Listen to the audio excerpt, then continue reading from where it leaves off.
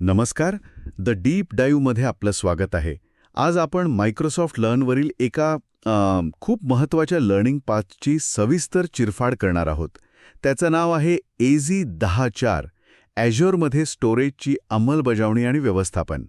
आपल्यापैकी अनेकांना ॲझ्युअर storage accounts, blobs हे शब्द माहिती असतील, पण आजचा आपला उद्देश फक्त हे काय आहे हे सांगणं नाहीये. कल्पना करा की आपण एक डिजिटल गोदाम बांधतोय. तर आज आपण फक्त विटा आणि सिमेंटबद्दल नाही बोलणार, तर कोणत्या प्रकारच्या विटा वापरायच्या, भूकंपाचा धोका लक्षात घेऊन पाया कसा घालायचा, आणि चोरी होऊ नये म्हणून कोणती सुरक्षा प्रणाली लावायची. अगदी या सगळ्यावर आपण सखोल चर्चा करणार आहोत. आपल्याकडे मायक्रोसॉफ्टचे अधिकृत लर्निंग मटेरियल आहे आणि आपण त्यातील प्रत्येक निर्णयामागील का आणि कसे हे समजून घेणार आहोत. अगदी बरोबर. आणि हे कौशल्य आहे ना, हे ॲझ्युअर प्रशासकाच्या भात्यातील सर्वात महत्त्वाचा बाण आहे. बरोबर.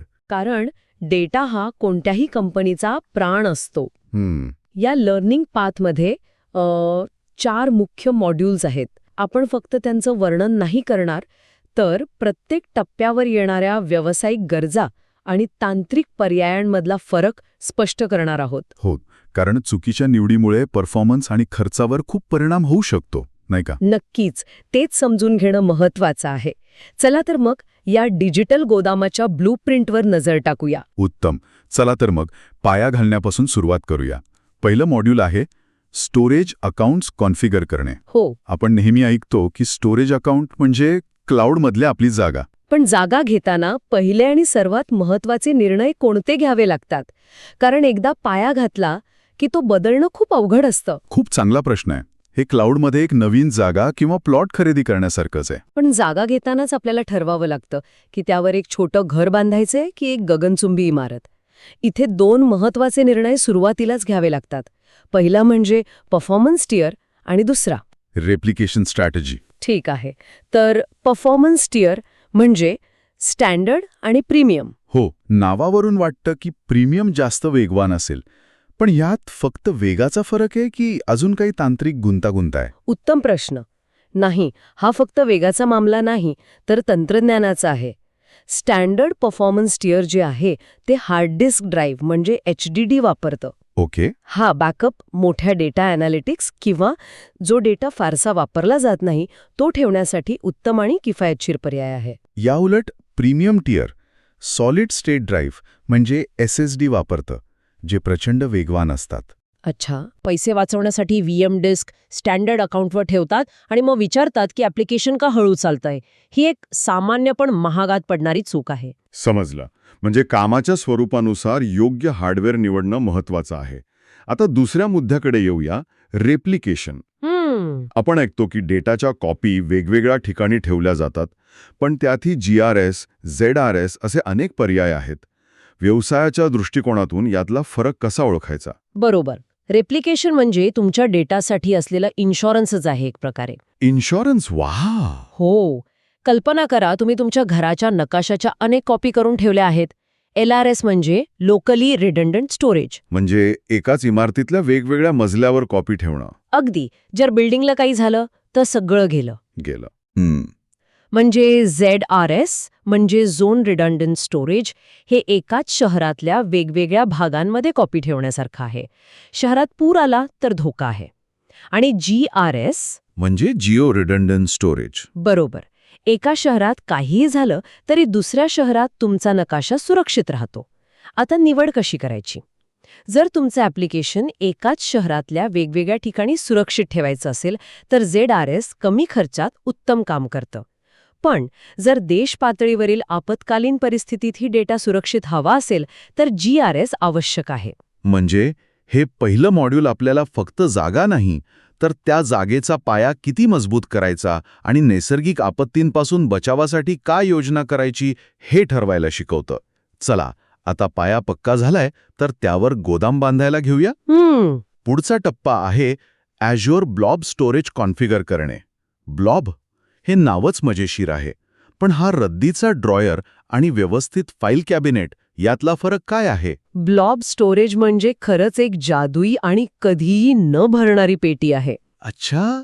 तुम्ही त्यात photo, video, log files, backup असं काहीही टाकू शकता ज्याला विशिष्ट रचनेची गरज नाही. Unstructured data. अगदी बरोबर.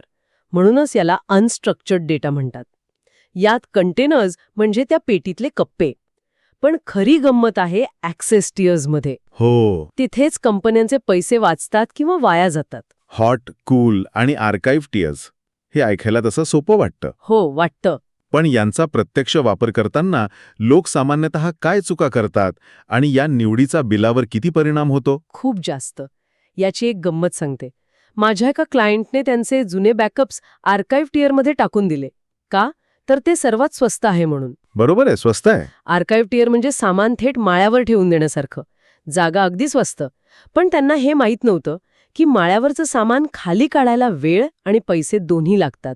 ओहो. त्यांच्या एका इंजिनियरने टेस्टिंगसाठी रोज त्या आर्काइव्हमधून डेटा काढायला सुरुवात केली. महिन्याच्या शेवटी जे बिल आलं कल्पना करू शकतो. ते पाहून त्यांना धक्काच बसला.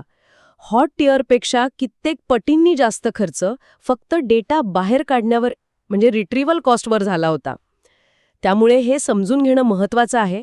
हॉट टियर रोजच्या वापरासाठी, कूल टियर महिन्यातून एकदा लागणाऱ्या डेटासाठी आणि आर्काइव्ह टियर फक्त कायद्यानुसार सांभाळाव्या लागणाऱ्या पण कधीही न वापरल्या जाणाऱ्या डेटासाठी आहे. वा, हे उदाहरण तर डोळे उघडणार आहे. पण मग हा डेटा मॅन्युअली हलवत बसायचं का? नाही. हे तर खूपच कंटाळवाणं काम आहे. इथे लाईफ सायकल मॅनेजमेंट काय मदत करतं आणि हे सेट करणं किचकट नाही ना? अजिबात नाही. आणि इथेच ॲझ्युअरची खरी ताकद दिसते. अच्छा. लाईफ सायकल मॅनेजमेंट म्हणजे तुम्ही तुमच्या स्टोरेजला नियम घालून देता. उदाहरणार्थ, जर एखादी फाईल 30 दिवस कोणी वापरली नाही तर तिला आपोआप हॉटमधून कूलमध्ये हलव. ओके. किंवा 180 दिवसानंतर तिला थेट आर्काइव्ह टियरमध्ये पाठवून दे. हे सेट करणं खूप सोपं आहे. तुम्ही फक्त काही नियम तयार करता आणि अझ्युअर बाकीचं काम आपोआप करतं. यात एक सामान्य चूक लोकं करतात. काय? ते नियम खूप आक्रमक ठेवतात. डेटा खूप लवकर कूल किंवा आर्काइव्हमध्ये जातो आणि मग गरज लागल्यावर तो काढण्याचा खर्च वाढतो. त्यामुळे तुमच्या डेटाच्या वापराचा पॅटर्न समजून घेऊनच हे नियम लावणं शहाणपणाचं ठरतं. म्हणजे हा एक स्मार्ट ड्रॉअर आहे ज्याला आपण शिस्त लावू शकतो. छान.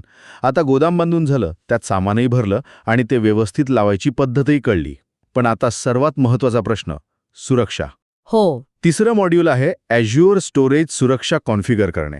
समजा मला माझा गोदामाची किल्ली न देता एखाद्याला फक्त एक विशिष्ट बॉक्स काढण्यासाठी काही वेळेपुरती परवानगी द्यायची असेल तर काय? त्यासाठीच आहे शेअर्ड ॲक्सेस सिग्नेचर म्हणजे शेअर्ड ॲक्सेस सिग्नेचर्स, सॅस. हे अगदी तुमच्या गाडीच्या वॅलेट की सारखं आहे. वॅलेट ड्रायव्हर गाडी पार्क करू शकतो पण डिकी उघडू शकत नाही. बरोबर. सास तुम्हाला तेच नियंत्रण देतं. तुम्ही एखाद्या युजरला किंवा ॲप्लिकेशनला मर्यादित अधिकार देऊ शकता, जसं की फक्त फाईल वाचण्याचा अधिकार पण ती बदलण्याचा नाही. आणि हे अधिकार ठराविक वेळेपुरतेच असतात. पण ही वॅलेट कीची कल्पना चांगली आहे. पण जर एका मोठ्या टीमला अशा 100 वॅलेट की द्याव्या लागल्या तर त्या व्यवस्थापित करणं अवघड नाही का? हो, होऊ शकतं. गोंधळ होऊ शकतो. यावर काही उत्तम पद्धती म्हणजे बेस्ट प्रॅक्टिसेस आहेत का? नक्कीच. आणि इथेच नवशिखे आणि अनुभवी प्रशासक यांच्यातला फरक दिसतो. थेट सॅस टोकन तयार करून देण्याऐवजी स्टोर्ड ॲक्सेस पॉलिसी वापरणं ही सर्वोत्तम पद्धत आहे. यात तुम्ही कंटेनर लेव्हलला परवानगीचे नियम तयार करता. आणि याचा फायदा काय?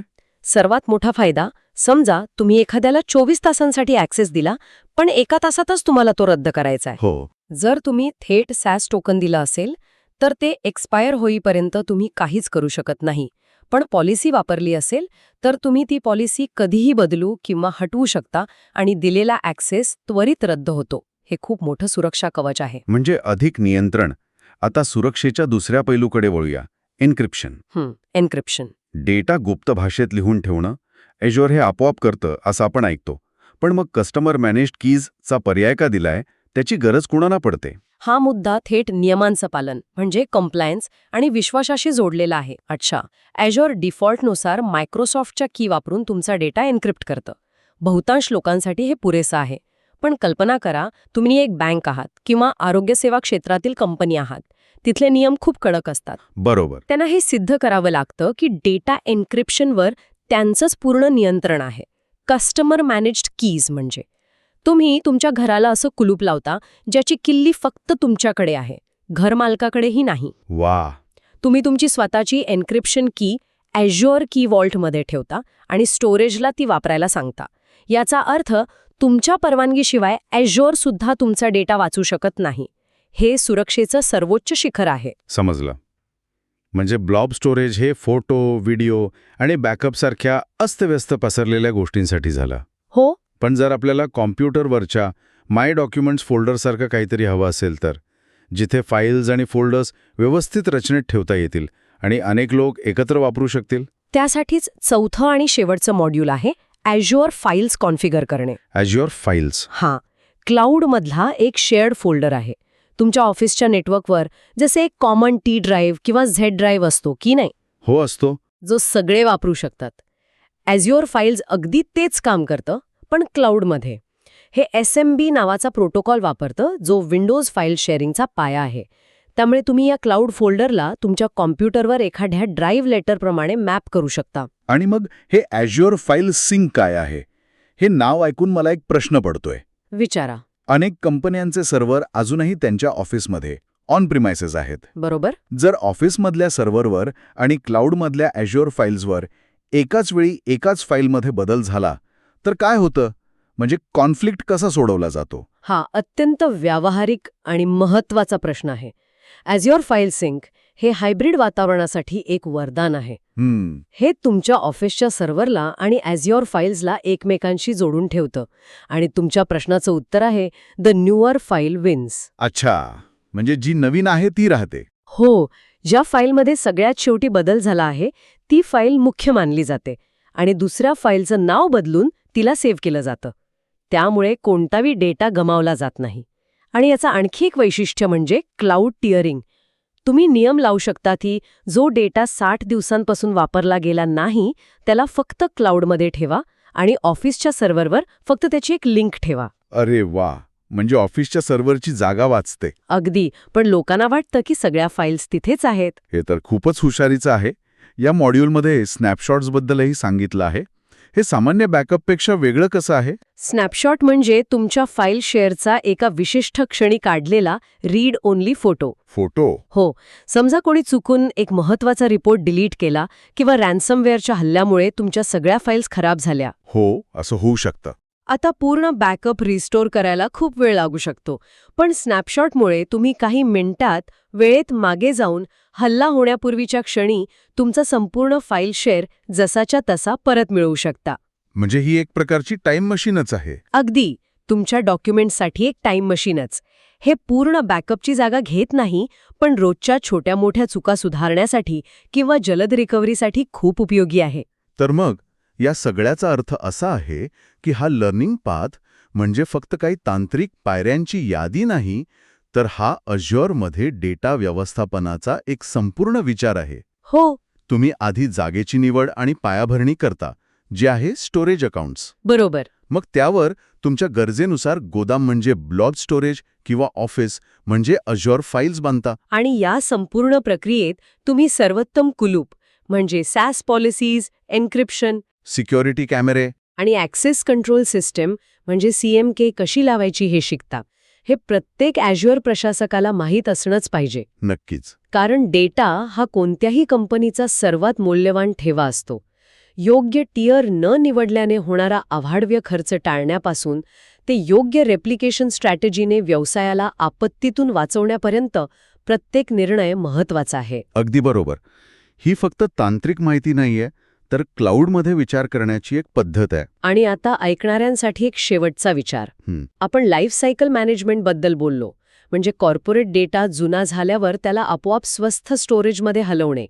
हाच नियम आपण आपल्या वैयक्तिक डिजिटल आयुष्याला लावलात तर? कल्पना करा एक अशी प्रणाली जी तुम्ही गेल्या 2 वर्षात न उघडलेले फोटो किंवा डॉक्युमेंट्स आपोआप तुमच्या फोन किंवा लॅपटॉपमधून काढून स्वस्थ क्लाउड स्टोरेजमध्ये सेव्ह करेल. छान कल्पना आहे. या हॉट कूल आर्काइव्ह मानसिकतेने आपल्या दैनंदिन जीवनातील अजून कोणत्या गोष्टी स्वयंचलित करून आपण आपला डिजिटल आणि भौतिक पसारा कमी करू शकतो याचा विचार करायला नक्कीच वाव आहे.